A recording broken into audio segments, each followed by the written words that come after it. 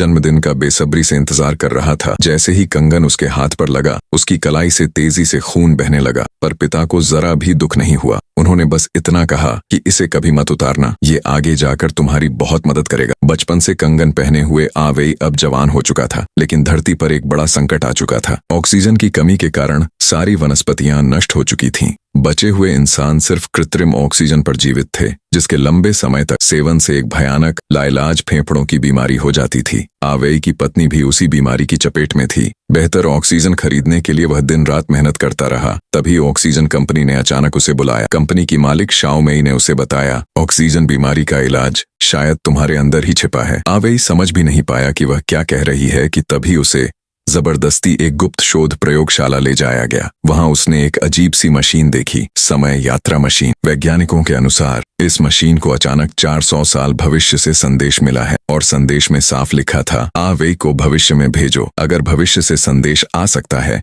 तो इसका मतलब भविष्य में मानव जरूर मौजूद है। लेकिन जब वह 400 साल भविष्य में पहुंचा, वह दंग रह गया और थोड़ी दूरी पर उसे एक कंकाल नजर आया, जिसकी कलाई पर वही अद्वितीय कंगन था। आवेई के पैरों तले जमीन खिसक गई। क्या वह कंकाल खुद वही था? कंकाल के माथे में गोली का निशान था, यानी उसे मारा गया था। सच्चाई जानने के लिए आवेई आगे बढ़ा। रात होने पर उसने एक जंगली फल खाया, पर कुछ ही देर में उल्टी, चक्कर और भ्रम होने लगा। उसे लगा जैसे आकाश से उल्का गिर रही हो। जब वह जागा, वह उसका सहकर्मी कन्यांगे था। लैब में पता चलते ही कि आवेई मरने वाला है, उन्होंने सारी बिजली लगाकर समय मशीन दोबारा चालू की और कयांगे को भेज दिया। एक रोबोटिक हाथ ने उनकी आंखों को स्कैन किया। दोनों ने आगे बढ़कर एक और गुप्त बेस खोज लिया। अंदर एक कंप्यूटर पर लिखा था, आवेई ने कन्फर्म दबाया, आवेई ने कन्फर्म दबाया, और अचानक उसका कंगन कसने लगा। खून निकलने लगा और कंगन की लाइट हरी हो गई। पूरा बेस सक्रिय हो गया। यह वही शोध केंद्र था जो 400 साल पहले अस्तित्व में था, और वही समय मशीन जिसने उन्हें यहाँ भेजा था। यहाँ आवेई को असल सच मिला। एक पुरानी रिकॉर्डिंग में पिता और शाओमेई बात कर रहे थे और पता चला कि समय मशीन पिता ने बनाई थी। ऑक्सीजन बीमारी का कोई इलाज नहीं था। शाओमेई शुरू से झूठ बोल रही थी। उसका प्लान था कि केवल चुने हुए अमीर और ताकतवर लोग समय मशीन से बचकर भविष्य में भाग जाए।